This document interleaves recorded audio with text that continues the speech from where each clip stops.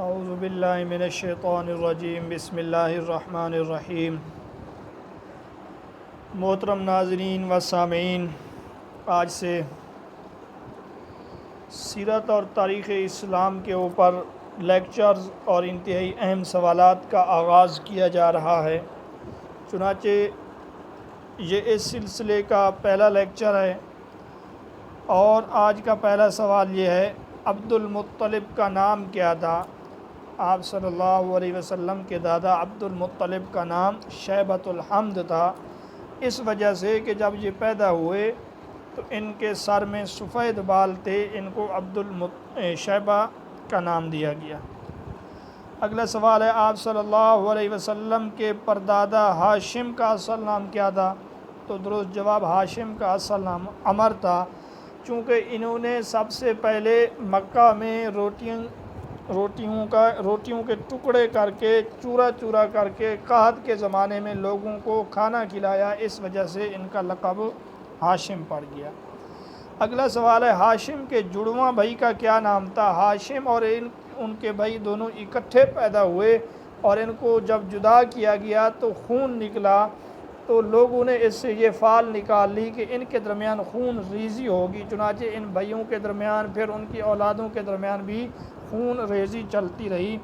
تو بہرحال سوال یہ، ہاشم کے جڑواں بھائی کا کیا نام تھا؟ تو جواب ہے عبد شمس۔ ہاشم کا جڑواں بھائی عبد شمس تھا۔ اگلا سوال ہے، حجاج کو پانی پلانے کا انتظام کرنے کو کیا کہتے ہیں؟ اس منصب کا کیا نام ہے؟ تو درست جواب ہے سقایا۔ اور حجاج کو کھانا کھلانے کا منصب، حجاج کو کھانا کھلانے کا جو منصب ہے اس کو رفادہ کہتے ہیں۔ اگلا سوال ہے، عبد مناف کا اصل نام کیا تھا؟ تو عبد مناف کا اصل نام مغیرہ تھا۔ اگلا سوال ہے، قمر البطحاء کن کو کہا جاتا تھا؟ تو یہ عبد مناف کو ان کے خوبصورتی کی وجہ سے، چہرے کے رونق کی وجہ سے قمر البطحاء کے نام سے پکارا جاتا تھا۔ اگلا سوال ہے، امام شافعی رحمۃ اللہ علیہ اور آپ صلی اللہ علیہ وسلم کے مشترک دادا کون سے ہیں؟ یعنی کہاں پر جا کے امام شافعی رحمۃ اللہ علیہ کا نسب آپ صلی اللہ علیہ وسلم کے ساتھ مل جاتا ہے؟ تو درست جواب ہے عبد مناف۔ اور عبد مناف امام شافعی رحمۃ اللہ علیہ کے نویں دادا ہیں، یہاں پر آ کے آپ صلی اللہ علیہ وسلم کے ساتھ ان کا سلسلہ نسب مل جاتا ہے۔ آج کا ہمارا اگلا سوال ہے، عبد مناف کے والد قصی کا کیا نام تھا؟ تو درست جواب، قصی کا نام زید تھا، اور امام شافعی رحمۃ اللہ علیہ فرماتے ہیں کہ ان کا نام یزید تھا۔ اب رہا یہ سوال کہ ان کو قصی کیوں کہا جاتا ہے؟ اقصیٰ یا قصی یہ بمعنی دوری کے ہیں، چونکہ یہ اپنے خاندان سے، اپنی قوم سے، اپنے قبیلے سے دور پرورش پاتا رہا، اس وجہ سے ان کو قصی کہا جاتا ہے۔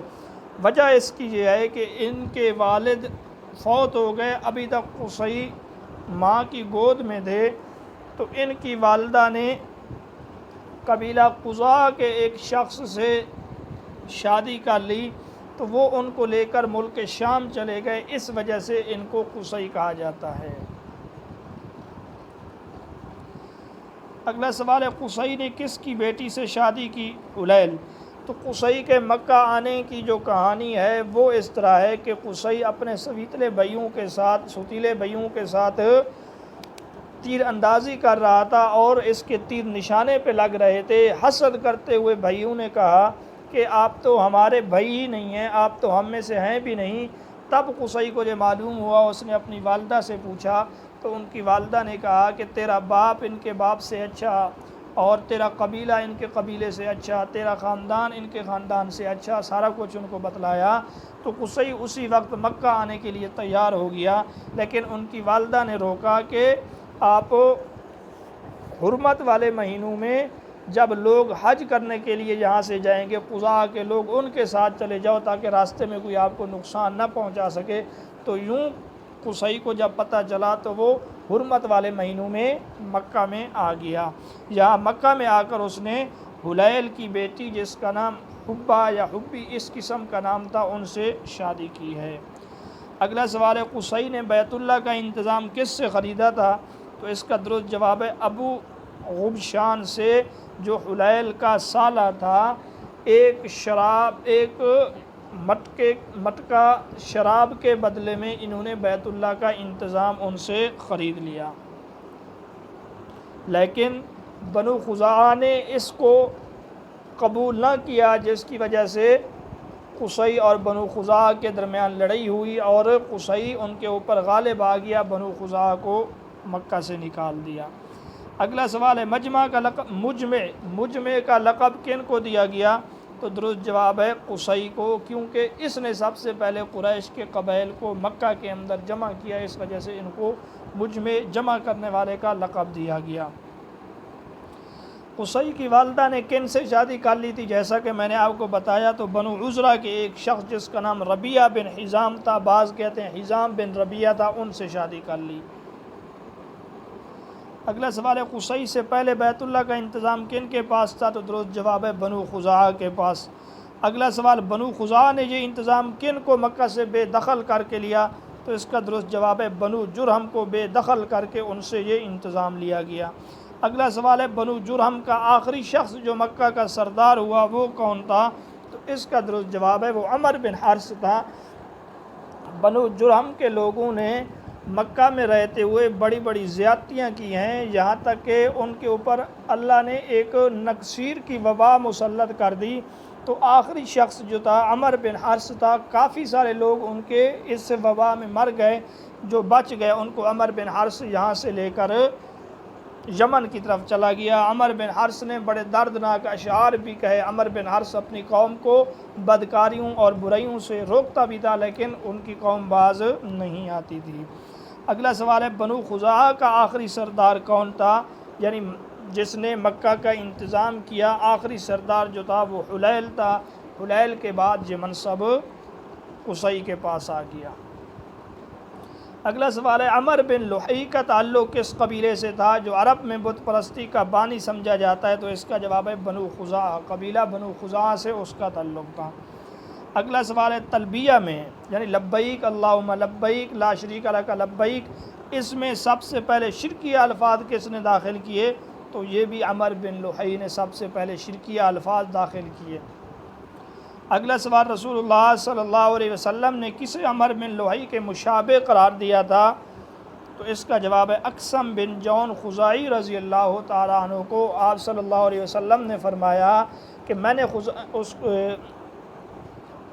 نے عمر بن لحی کو دیکھا کہ وہ اپنی آنتڑیاں گھسیٹ کے جہنم میں چل رہا ہے اور تم اس کے زیادہ مشابہ ہو، اور ساتھ میں یہ بھی فرمایا کہ یہ صرف ظاہری مشابہت ہے، ورنہ تم مسلمان ہو وہ کافر ہے، یہ ظاہری مشابہت تمہیں نقصان نہیں دے گی۔